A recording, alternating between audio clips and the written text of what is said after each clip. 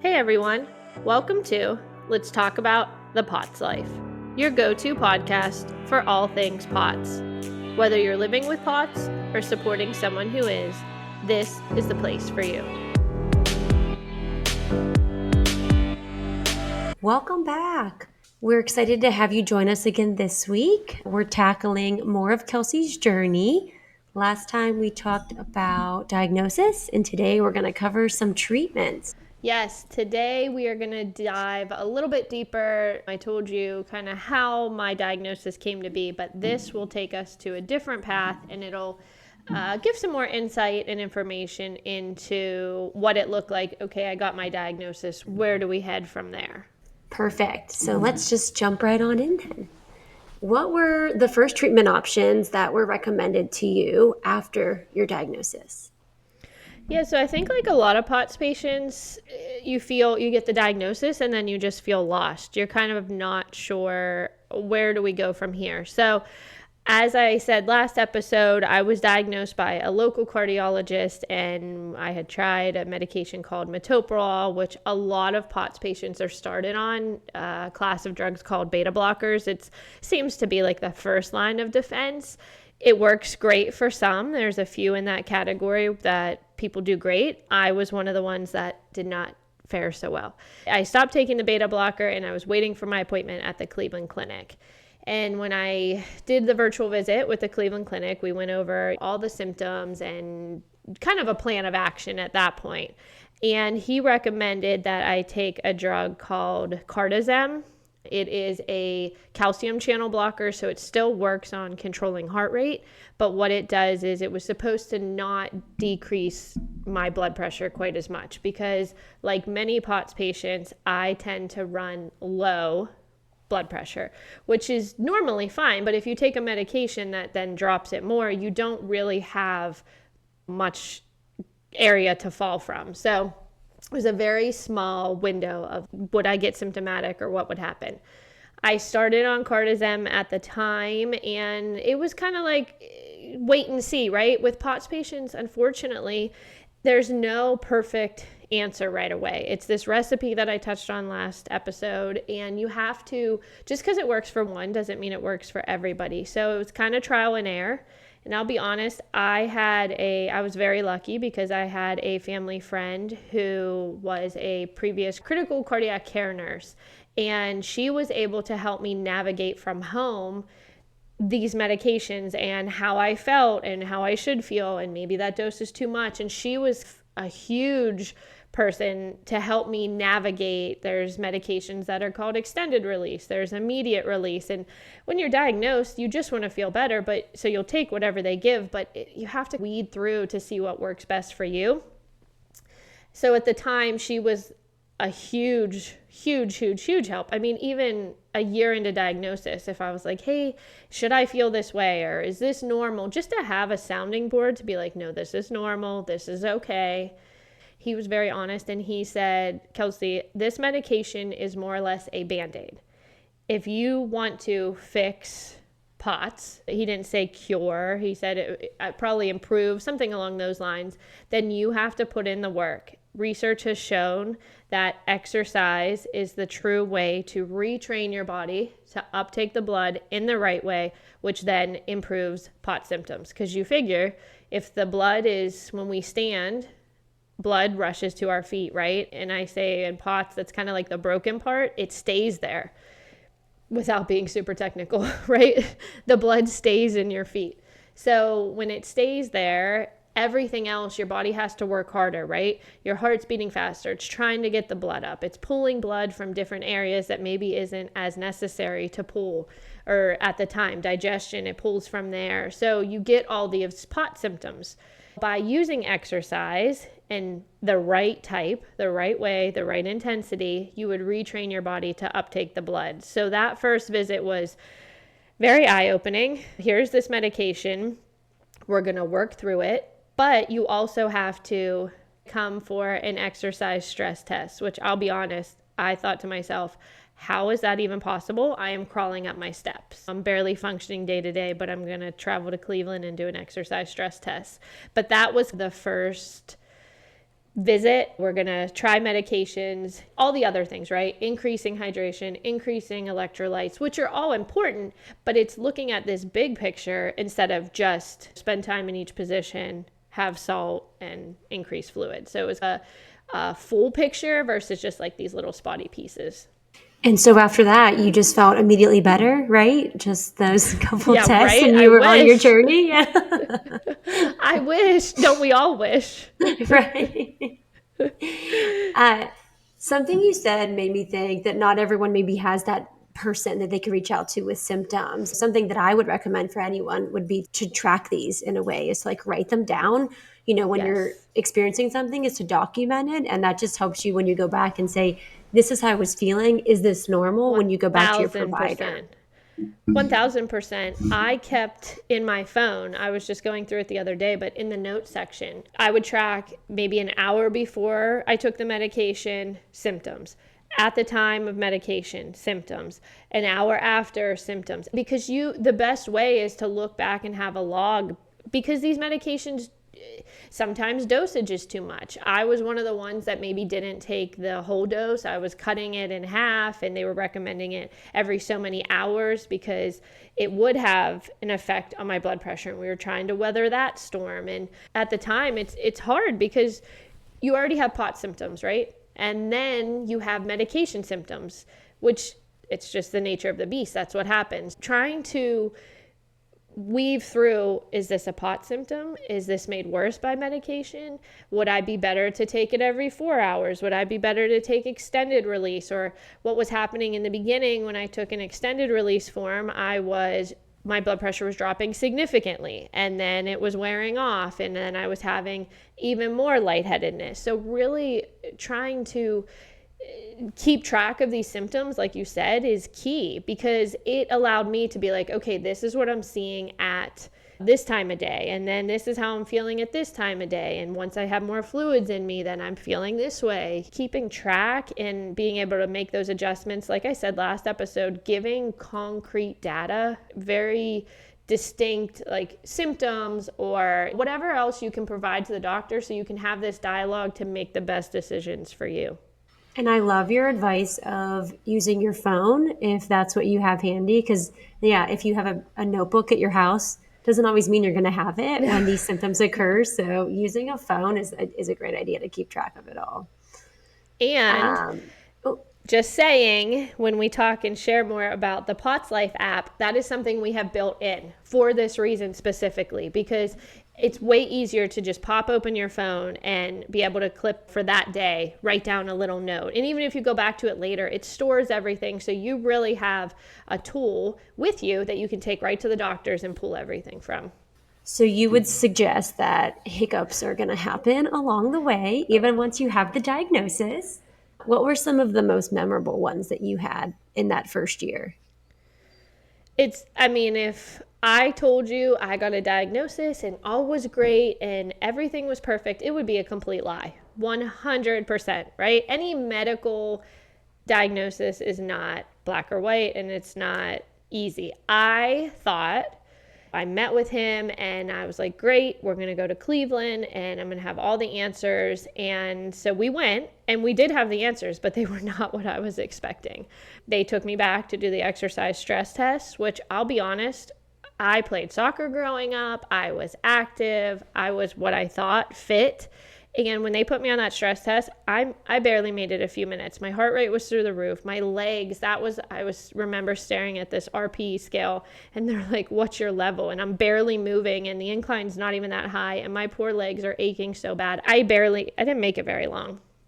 So short of a time that I went in to meet with the physician after, my husband and they didn't even tell me what like the calculation was, because I think they could see that I was already spiraling poor performance. They could read the room, and I was just, I think, so shocked that I felt so terrible. And something that the physician said in that appointment is, he looked right at me, and he wasn't saying this to be mean, it was just facts. And he said, Kelsey, the person you were before POTS is gone. And I almost burst into tears, because I'm like, oh my gosh, I'm a young mom. I barely could do this treadmill test. Like, what is my life? And then he said, but the person after POTS can be just as good or better. And I'll be 100% honest, I didn't believe him. I was not in a good headspace when we were there. It was just so overwhelming. And so what they do is they give you this exercise recommendation and they say go home, because I didn't live close to Cleveland. It wasn't something that I could go in person and get care for. So I took my packet and home we went. And it was up to me to start what they had recommended and then keep up with it. As we go home and I start biking, the hiccups started, right? You're having hiccups with medication. In the meantime, after this, I don't even know how many months, but shortly after starting Cardizem, we realized my heart rate or my blood pressure just wasn't staying up high enough. Like, I was now getting low blood pressure symptoms on top of POT symptoms and all of those things. So then I was started on another medication called midodrine. So what this medication does is increase your blood pressure and keep it stable. So then the POTS medication of Cardizem can start to do its thing, lower heart rate. We get this happy, perfect blend. Wrong. There are so many different doses of midodrine and Cardizem, any med, right? And so fine tuning another medication to be like, okay, if I take this many, they range from 2 milligrams up to 10. Over the next probably 6-7 months, I was up. I know it must have been April to October. I was up to 10 milligrams multiple times a day because that is what I needed. Every time you think you got POTS fine-tuned, it's like, nope, here's something else. Like, keep you on your toes. Yeah, yeah, always. It keeps you guessing. So hiccups, especially from April to October, they came. But my first October, I didn't know what the October slide was. That's something that hit me square in the face. That's like a whole episode. We could talk about the October slide. I think it's, yes, I think we're going to have to, because Yeah. depending on where you live, it's not even just October, November, and even then going into the spring months. But honestly, the wheels fell off for me in October of my first year of diagnosis. I started becoming hypertensive, and I went to a family wedding, and the bride is starting to come down the aisle, and the organs came on, and I was getting hot, and the lights were in my eyes, and I looked at my husband, I said, we have to step out. Like, I'm going to go down. I didn't know what was going on. It's very hard in that first year and beyond that, but like more specifically the first year, to be like, is this POTS? Am I getting sick? Did I eat something wrong? Like, there are just so many variables that keep you guessing. So to say that it's just, oh, you get a diagnosis and it's great, it is just so not the case. That's like a great reminder that the symptoms for POTS just seem to mirror a lot of other things. Like you said, you could have just been overwhelmed that day at that wedding, or like you said, getting sick, and to be able to recognize it and be like, yeah, I need a moment to figure this out. And yeah, hopefully as your journey continues, you're able to more easily spot the signs and say, yeah, and you can really start to weed out, like, is it just an illness? That day, I'm laying in the back of my in-laws' car with my feet up because that's the only thing I know to do. And they're like, should we go to the ER? I'm like, I don't know. And that's a whole nother thing, too, with POTS. You don't know when to go to the ER, because we go to the ER and you've gone so many times before and they can't do anything, but you feel bad enough that maybe you need help. I ended up that first October for sure in the ER. It was the day after the wedding because I didn't know what was going on.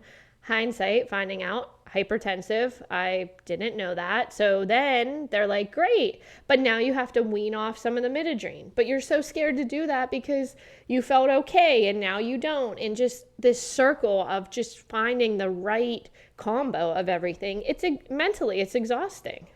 Yeah, the mental health aspect of that was probably just amplified in year one. You also said that you had 2 young children, and that is a mental health journey in itself as well.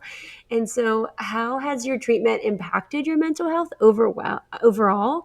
And do you have any strategies for others to help cope when they have challenges like you explained? I think if you ask anybody with a chronic, especially invisible illness, how does mental health not become affected, right? There were plenty times in that first year that I would go along great. I'm a personality that if I have a plan, I'm better. Like I knew it was POTS. I knew I had to get on the bike and I knew what my daily regimen should be, but that doesn't make it easy, right? I would have random episodes. I remember standing in my son's room and my husband said something, and then I literally he could have said, like, what's the weather? And I just remember bursting into tears. He was like, what? I said, I don't know. It just overwhelming. Like today just became overwhelming. I tell users on the app, patients in my office, and myself, you have to give yourself grace because it's overwhelming. No matter where you are in the diagnosis process, shortly diagnosed, even me almost 4 years out, because not every day is perfect.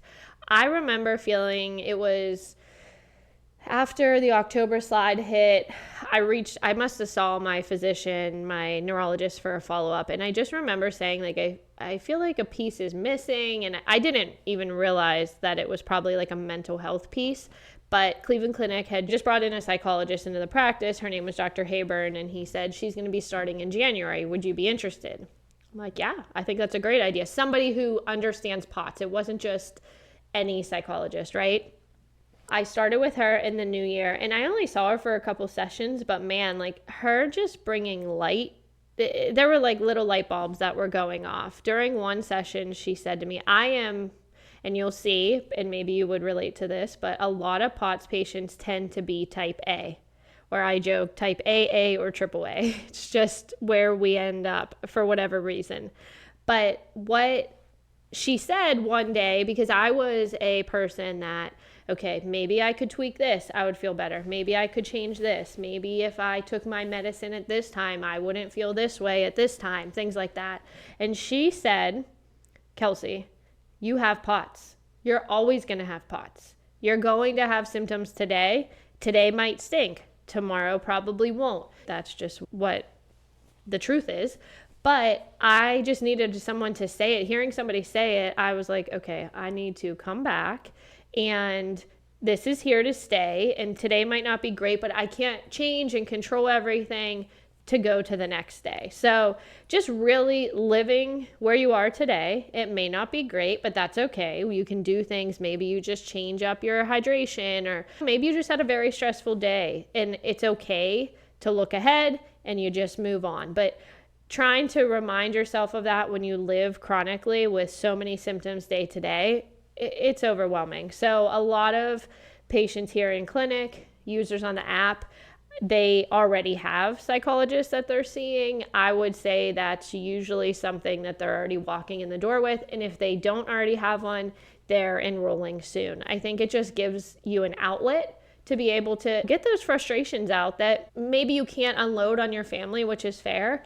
And just a safe space to be like, man, this sucks. And that's okay. That's okay. I mean, there's going to be tears. It's all part of it, but just hoping to remind yourself that it's all normal feelings to feel.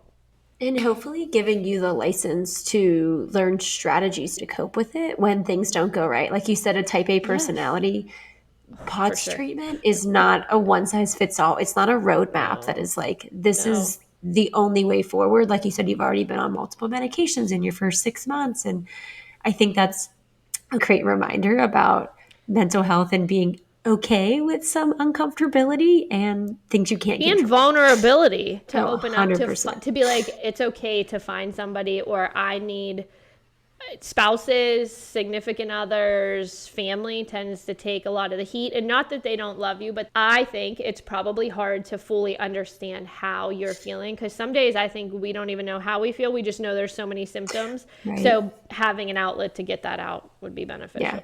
So let's take a step back. What was your original program? You mentioned biking and electrolytes. What was your, like, after the medication aside, what was like the treatment plan that you followed at first? Right. So when I left Cleveland that day, there was a packet of recommended biking, how to progress, where heart rates would be, things like that.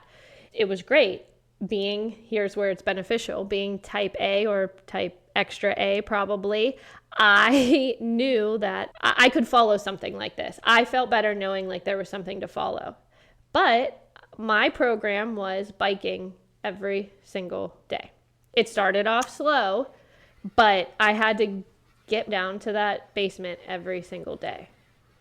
Which is a journey in itself to find the time to The get time. to yourself to just find time to bike. Yep.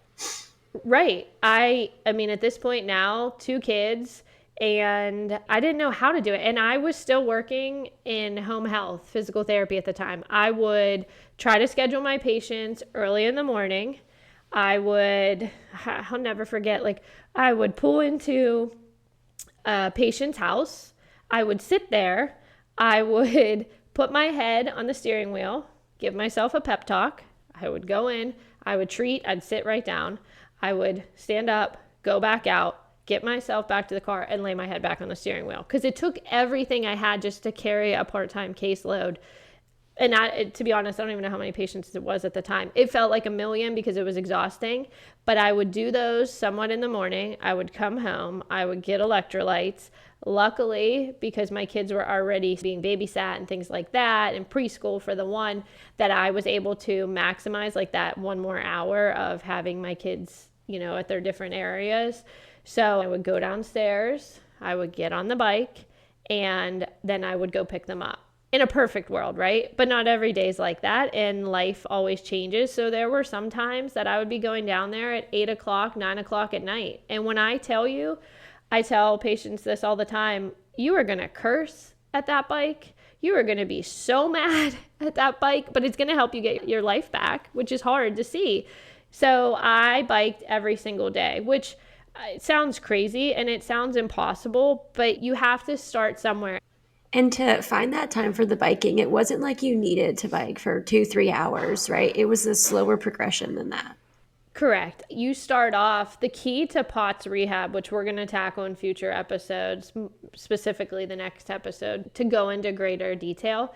But if you are trying to get on the bike for 40, 50 minutes, you are way, way, way too far. You're pushing yourself too far. The adrenaline is going to be spewing out of that cup. So you do start very slow. You start only a couple minutes. You have a warm up, cool down, but even with how terrible I felt on that exercise stress test, even the couple minutes I would bike, I would do my thing, and then I would get down and I would walk over to my couch and I would just sit there and I'd wait for my heart rate, because your body, I say POTS bodies aren't frail, but they become weak so fast because you don't know anything other than I don't feel good, so I don't want to move. And it seems counterintuitive, like, wait, I already feel terrible, but now you want me to go get on a bike? And it's mean in a sense, but it is what works. So it's slowly building up. And then by the end of that first year, I was on the bike for 60 minutes, which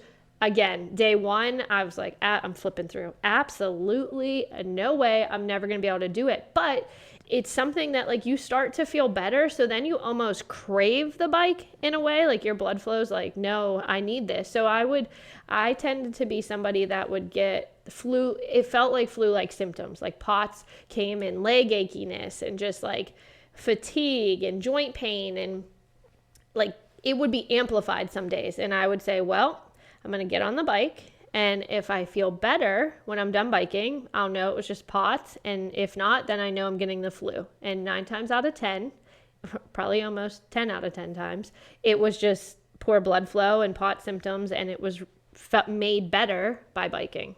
So biking became a new normal for you, just part of your daily lifestyle. Did you have other lifestyle changes that you made as well? For sure. Biking just it was part of every day. There were days that, I did not want to go down to the bike, and I give credit to my husband because he was like, you have to go, or just having that like cheerleader in my family. Hey, my parents, do you need me to keep the kids a little bit longer? I know you have to bike. Just having that family support. So that way I could continue to implement that change into my life. The other thing that doesn't have to do with exercise is just changes that you make just from a POTS lifestyle. How easy you can say, okay, if I get a shower and wash my hair, then and dry it and straighten it, what will I not be able to do later today? Or the amount of times I would get a shower, get dressed, keep my hair in a towel, and my husband would walk in and my feet are laying at my headboard because I just felt horrible. It's just something so simple that we probably take for granted, but showering, the heat, the standing, the washing your hair over or your hands over your head, the whole thing, it's just exhausting. So if I had to do something like this, or I just had a patient in here last week, she's new to this, she's new to just starting and learning like what her limits are. She started to feel great, so she started to wash her car. It didn't go well.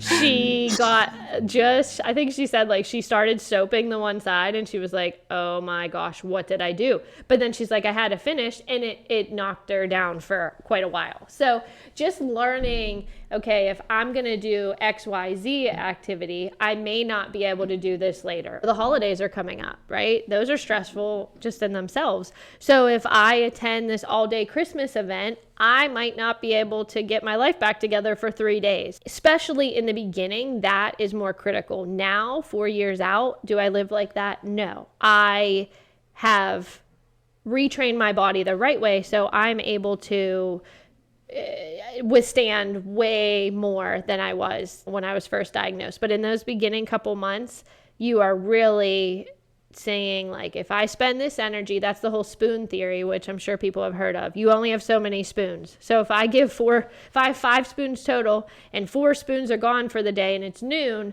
it's not looking good for the rest of the day. That's a great analogy.